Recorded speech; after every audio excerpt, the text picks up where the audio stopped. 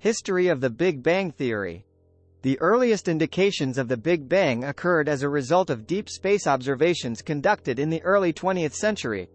In 1912, American astronomer Vesto Slipher conducted a series of observations of spiral galaxies, which were believed to be nebulae, and measured their Doppler redshift. In almost all cases, the spiral galaxies were observed to be moving away from our own. In 1922, Russian cosmologist Alexander Friedmann developed what are known as the Friedmann equations, which were derived from Einstein's equations for general relativity.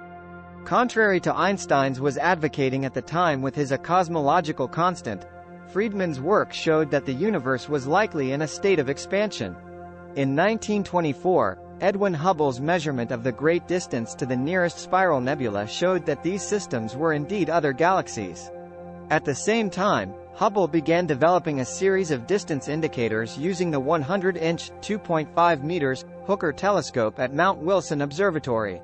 And by 1929, Hubble discovered a correlation between distance and recession velocity, which is now known as Hubble's law. And then in 1927, Georges Lemaitre, a Belgian physicist and Roman Catholic priest, independently derived the same results as Friedmann's equations and proposed that the inferred recession of the galaxies was due to the expansion of the universe.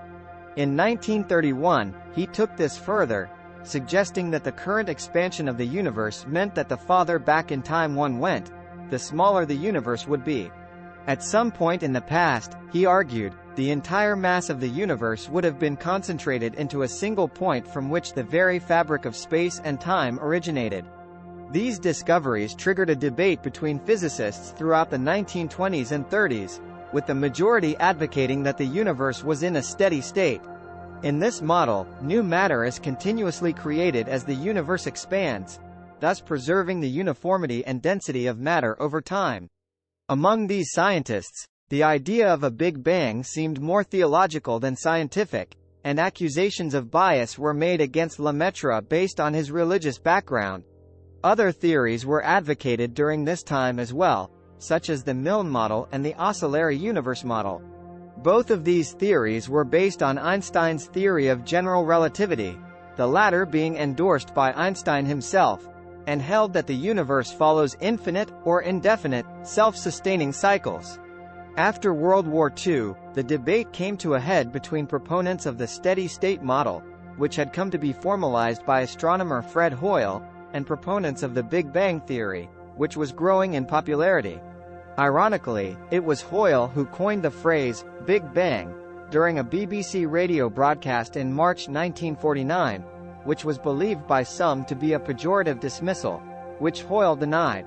Eventually, the observational evidence began to favor Big Bang over steady state.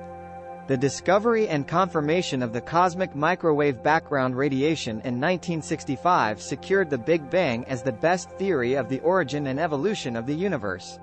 From the late 60s to the 1990s, astronomers and cosmologists made an even better case for the Big Bang by resolving theoretical problems it raised. These included papers submitted by Stephen Hawking and other physicists that showed that singularities were an inevitable initial condition of general relativity and a Big Bang model of cosmology.